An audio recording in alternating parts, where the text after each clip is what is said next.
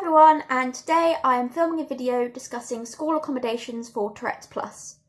So I'm also going to be discussing how schools can help students with Tourette's and support them with their symptoms.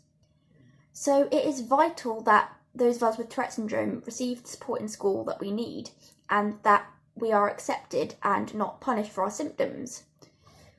Because if we are punished for our involuntary symptoms, like the tics and stuff, then it can really harm our self-esteem, and you can't punish out a neurological condition, and there have been people being sent out of class or told to stop, but of course you can't, it's not that simple, because it's involuntary. So having teachers that understand that tics are a symptom and not a behaviour is one of the most important things, and so that teachers can also understand that Tourette's isn't just tics, and that there are also many other issues at play that will require support and can impact someone in the school environment. And it's also really important to have good homeschool communication, because symptoms can differ in different environments, because somebody may harmfully suppress their tics in school, making it difficult to focus, but then also leading to explosions and rebounds at home. So it's really important that there's good homeschool communication and that the teachers and staff are understanding and empathetic. Now, some of the accommodations that some people with Tourette's could have, this is in no way a complete list, this is just some ideas. It will be different for everybody because it has to be tailored to the individual, because everybody has different tics, issues and co-occurring conditions and stuff like that. So this is just some ideas, but some accommodations might include a timeout card. So this could be a card that allows someone to go out for a little walk and stretch their legs to reduce the tics and anxiety and, you know, let off some steam. Or it could be a card that allows you to go and work in a separate room. I had a card where I could work in the pupil support centre, so that if my motor tics were really severe, I could go out and wait till they decrease, because it would have been really difficult for me to stay in class. And some people also have half days on some days, or a reduced timetable. For me, I had a reduced timetable, so half days, I think 2 days a week, because my tics personally were more severe in the school environment because of the fluorescent lighting and all the stimulation. So I had half days to try and reduce the amount of time that I was ticking, because it was exhausting for me, and I would get really worried about going to school. And I remember in the evenings I would get really upset and worry because my tics were unpredictable. I'd be scared to go in case I threw something or hit someone, because, you know, it's very impulsive and you just can't predict any of it. Skipping the lunch queue. Some people with ADHD symptoms might skip the lunch queue if they have trouble waiting their turn, and some people, because of their tics, might have to skip the lunch queue because their tics might make it dangerous. They might accidentally hit out or kick. I had a skip the lunch queue card because I had a lot of motor tics, and I would, you know, go and touch the floor, and some of my tics could be impulsive and stuff, so I had to skip the lunch queue so that obviously it didn't cause any issues. Reminder card to help with organisation. This is a card that can help people with ADHD, and it can also help with executive functioning. I had a reminder card in year 7, which was where it would remind me before I left class what to remember. So remember to take my pens, pencils, homework, bag, PE kit with me, because there were times when I would lose things. I would just walk out of class forgetting simple things. So some people might need a reminder card to carry around with them to ensure that they don't lose things or forget things.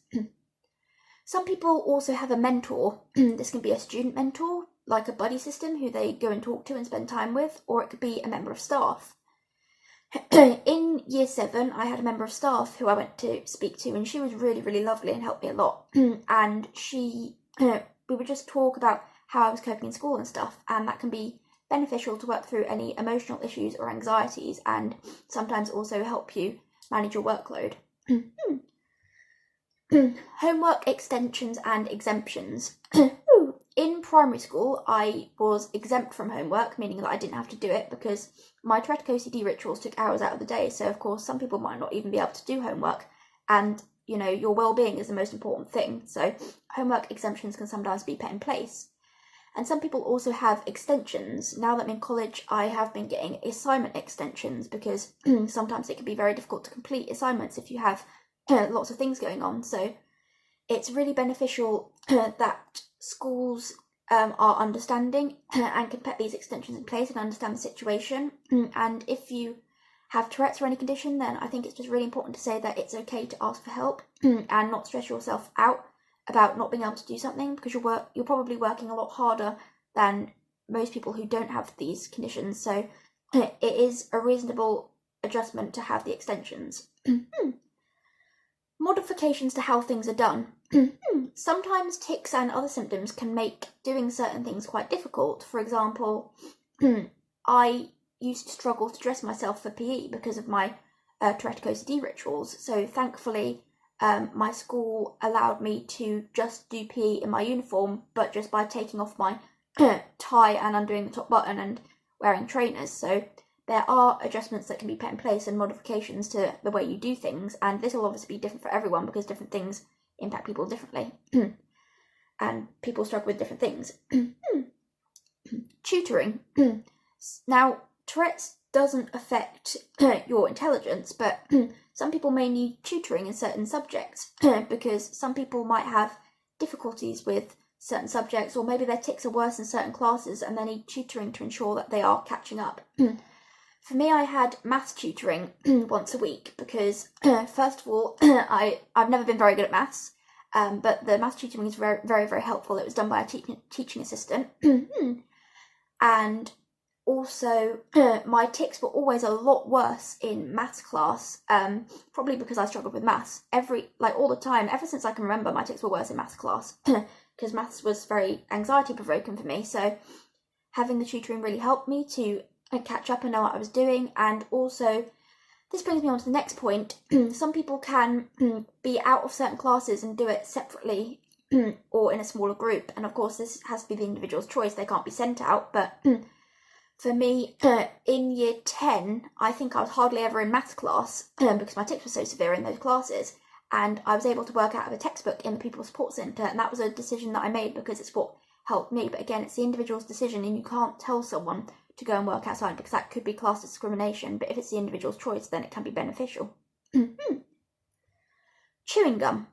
Now, obviously, different strategies work for different people. This could go for any strategy, but for me, I was allowed chewing gum in my maths class when I was in it because it was something that helped my vocal tics decrease a little bit. It didn't necessarily stop the tics because obviously it's not a cure, but it helped me manage the vocal tics in a way that they didn't become disruptive.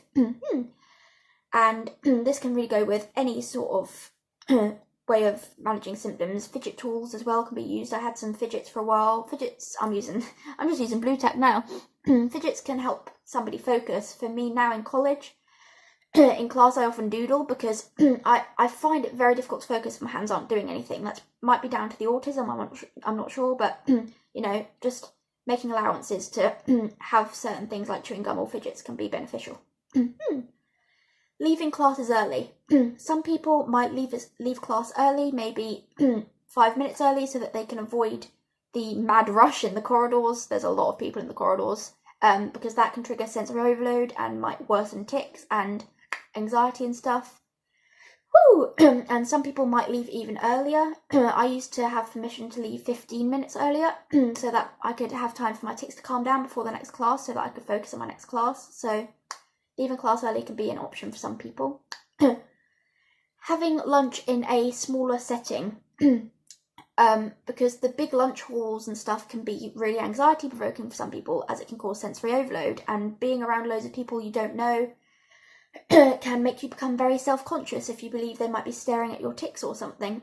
Or, if people don't understand, sometimes you might want to have lunch in a smaller room, because I used to have lunch in a smaller room in the student support setting where there were other people who had conditions and stuff, so we all understood each other, and that was an environment where I felt safer and there was less sensory stimulation as well. Missing assemblies. Some people might have to miss assemblies, and of course I don't mean getting kicked out, that would be discrimination, but if somebody feels too anxious to go into an assembly because their tics would draw attention to them, and people shouldn't be encouraged to suppress because that's dangerous. So if somebody cannot function in assemblies because they're ticking too much, then they can have permission to leave and go somewhere else. Because if you imagine sitting in a massive hall with loads of other people whilst not being able to control the noises you make can be very distressing. So that can be an option for some people as well. Having a laptop in class. Some tics can make it really, really difficult to write. If you're throwing your pens or scribbling over the page or ripping up the paper, sometimes you just need a laptop. Although for some people a laptop can be difficult as well, because some people might retype things. They might whack the keyboard, they might smash the laptop. I've actually done that before. They might, scroll up and down as a compulsion or a Tourette OCD ritual. So, a laptop can be beneficial, but if that's still not an option, then some people might have a scribe as well, where they say what they want to write and somebody can write it for them. And also, using other people's notes can also be an option.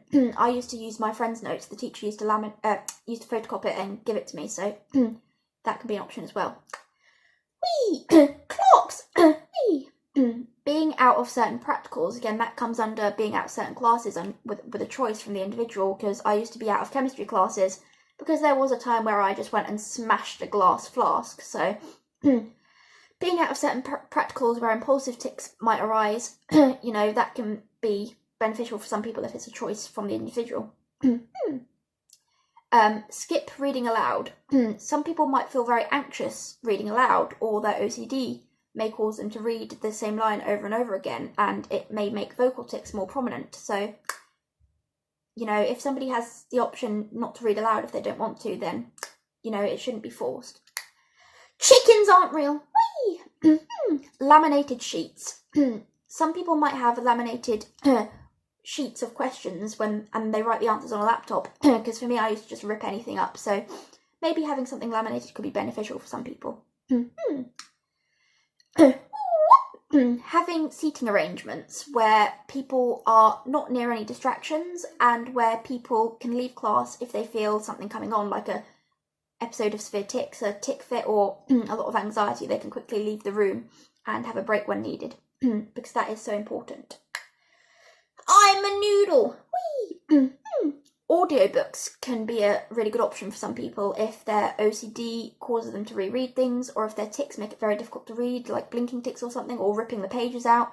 I've done that. Or, maybe if people are very, struggle with executive functions and aren't very good at remembering to bring their books to class with them. Sometimes audiobooks can be beneficial, because, if you can't read the books properly, if you're ripping the pages out, then an audiobook can be a better way to do it. Being allowed to wear sunglasses, again, that can come under the things that help. I used to wear sunglasses a lot, because fluorescent lighting can be a trigger for some people, and it can also prevent sensory issues and reduce the tics. It's also important for teachers to be understanding if supplies are forgotten, because many people in the Tourette's community have ADHD or executive function issues, so people might forget to bring things to class and may forget homework. So it's important to, be aware of this and be understanding, because an individual usually doesn't want to forget their stuff.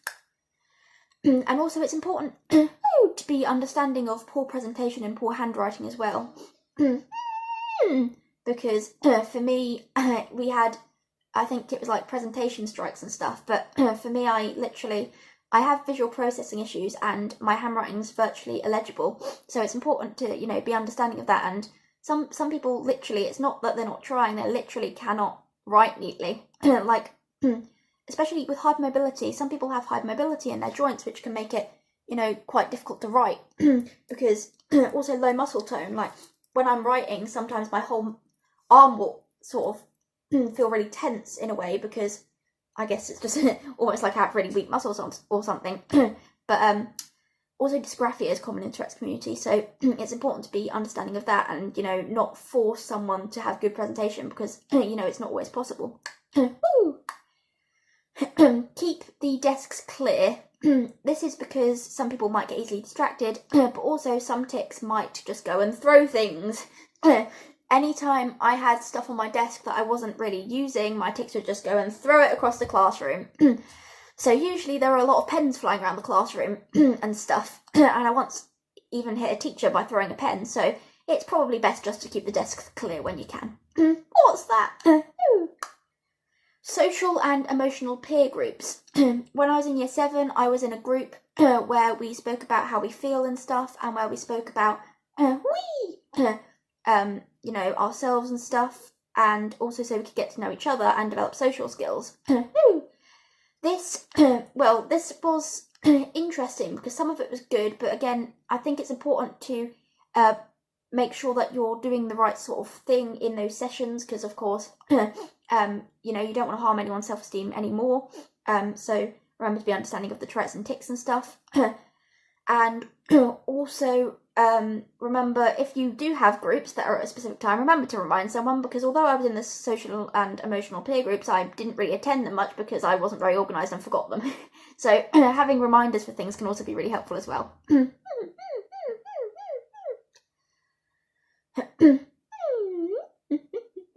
Allow the student to move around while they do their work.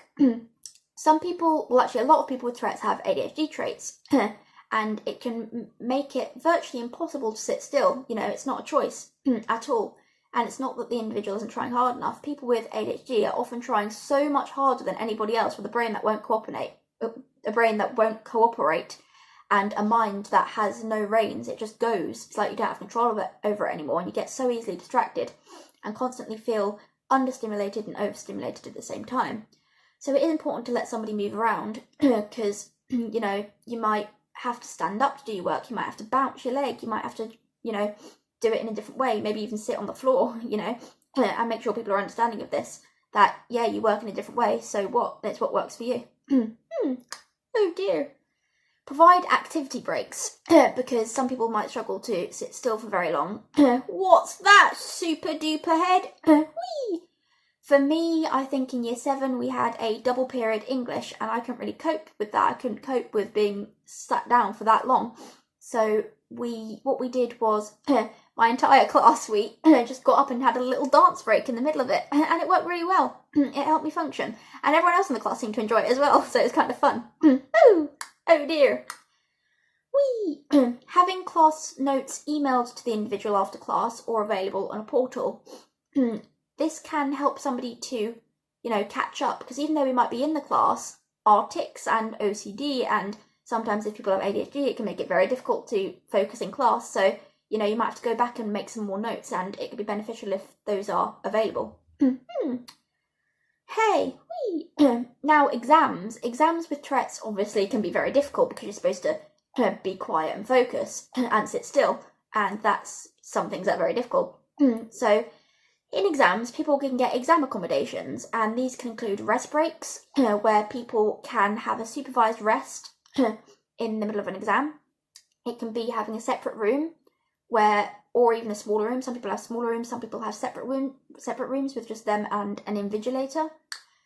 I've had separate rooms. I've had a separate room ever since year 9, and I'm now in college and I still have a separate room, which is really good. Extra time. Now, some people have 25% extra time so that they can have the equal chance to everybody else, because, you know, when you're ticking, it's very difficult to complete the same amount of work, and with the other symptoms as well. Having a laptop, or also known as a word processor, if you struggle to write, and sometimes a scribe and a reader can be used as well, depending on the individual's needs. In secondary school, I had a separate room, extra time, and a laptop, and now in college I have rest breaks as well. So I'm thankful that my school and college have been really, like, accommodating. Now, with coping with Tourette's in school, I would like teachers to know that it's important to understand all sides of a situation and empathise, have a lot of empathy, because, you know, somebody with Tourette's, you know, they might seem like they're gonna... Some people seem very irritable, and some people might be very frustrated, but this might be because somebody's being bullied, and it's important to understand this, because unfortunately a lot of people with Tourette's face bullying, and it must be addressed as soon as possible. Some people also have high levels of anxiety, and some people need constant stimulation. Some people experience sensory overload, and some people have rage attacks and meltdowns and stuff. Some people are so distressed at the premonitory urge building up that it's so uncomfortable, and an individual becomes antsy and agitated. And, you know, some people can have a low frustration tolerance. Some people might be suppressing, and it might be distressing for them. So it's really important to be understanding things that might look like bad behaviour. You know, there's a reason for it. As some people say, behaviour is communication. If there's something that looks like bad behaviour, it probably isn't. And you know, there's probably a reason for it. And I'm not saying, you know, use everything as an excuse, but I'm just saying be understanding. It's an explanation to understand why an individual might do certain things or, you know, behave in a certain way. It's important to be understanding of that. And I think it's so important for teachers to obviously be accepting, understand that the tics have no intentions, they're not what the person's thinking, and, you know, not point it out so that it can kind of become background noise, because the teachers need to model acceptance so that the other students model acceptance as well. And it's important to raise the individual's self-esteem, because having conditions like Tourette's or other things can make someone feel quite bad, because, you know, they might feel like they're not trying hard enough because they're struggling, but we're actually trying very hard. So it's important to encourage somebody's interests and make them aware of their gifts and what they do well, because some people with Tourette's, you know, if we're doing something we love, it can decrease our tics and make us feel a bit better. So it's really important to encourage somebody and also, you know, nurture them. So, for example, at my onset, I had a really lovely teacher in year 4 who encouraged my creative ability. He actually, you know, spent time with me and my friend at break times doing art, and he spoke to me when I was experiencing anxiety and stuff, and just having somebody who understands is so important and can make a world of difference to somebody's schooling experience. And, for example, again, in year 9, I had a drama teacher who was really supportive, helped me in the school production, encouraged me so much, and was just so amazing. And that makes a world of difference as well, and will literally stay with someone for their entire life. So it's so important to be supportive. But then what happens if people don't get the support they need? If somebody doesn't get the support they need, then they may struggle to make it through school. Even I struggled to make it through school with the support. In year 10, you know, they spoke about trying to move me to a special educational needs school or a medical privilege referral unit, and I know that thankfully I didn't have to go, but I would not have been able to get through school if I didn't have the accommodations. And, you know, there's people who don't have the support, and that's horrible, because people, they hardly function, they barely function, and people are not reaching their full potential. All it takes is to give someone the equal chance, accommodating to their needs, for them to be able to do the best they can and be at ease in the school environment. Sometimes not getting the support you need, or, you know, even not having bullying addressed, can lead to school avoidance, where people feel like they cannot go into school because of the extreme anxiety. It's not defiance, it's that somebody is so anxious that they feel like they can't go in. Some people might experience immense anxiety. They might have specific learning difficulties such as dyscalculia or dysgraphia. Again, you know, they might avoid doing certain tasks. It might look like defiance, but it's not. There is a neurological basis for all of this. And if somebody isn't treated fairly, then it can have a horrible impact on somebody's self-esteem. They can feel like a bad person, even though they just want to be good. They're not badly behaved. They have a neurological condition, but the way they are treated can make them feel awful about themselves, and that can lead to horrible, horrible feelings, and they can feel like have just really bad self-esteem and struggle with mental health. So it is so important to have support from school, and it makes a world of difference. Now, I thought at the end of this video I'd just quickly talk about getting the accommodations. For me, I was thankful that my school was so supportive, but, you know, unfortunately that isn't the case for everybody. Every school should be supportive, but unfortunately they don't seem to be. So to get accommodations, you can educate the school, have clear communication. Don't be afraid to, you know, say to get the law involved, because sometimes you have to say, oh, I'm going to contact Ofsted or write a complaint or something just to get something done. Bring up the legislation, the Equality Act. You know, Tourette's is a protected characteristic under disability, and they have to provide reasonable adjustments, and if they don't, then that's a massive issue. It's also, sometimes people can get, you know, an advocate with them. Maybe someone from the Tourette's community can go to a meeting with them and, like, be an advocate and explain. And it's just so important to never give up. Do not give up and get me accommodations, because it makes a world of difference, and you can't take no for an answer if you know you need something.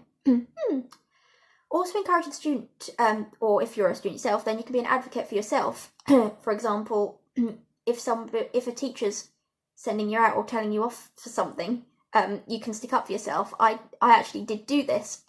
One of the teachers was mocking my tics and copying me, so I wrote him a letter and gave it to him. And he soon stopped, thankfully, because he realised that what he was doing was actually very harmful, and he did stop. There are other times where teachers aren't very open to being educated about the condition. For example, I was once going to give my teacher a leaflet. I was too scared to because he was terrifying. He sent me out of class every lesson.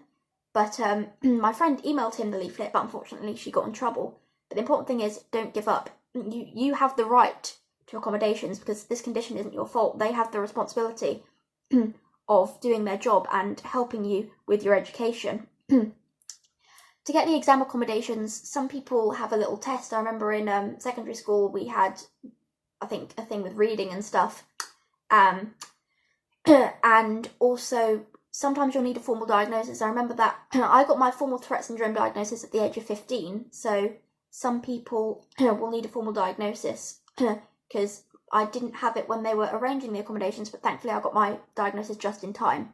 So that's important as well. And And in college we only had one test to get the extra time in college, but it was one where we had to sort of copy these shapes and letter things. I don't even know. I hope you all enjoyed this video, and I hope that it can help teachers to understand how to support a student with Tourette's, and I hope that it can help people with Tourette's and parents of people with Tourette's see what accommodations may be available. And I hope that it's interesting. And on another note, me and my friend Johnny are in a group called Understanding of Tourette's on Facebook, and we did a live stream yesterday, but we are planning to do a Zoom call, I believe, next week, I think on Saturday. So if you are interested in that, then I can put the link to the Facebook group Understanding of Tourette's down below where you can find out more.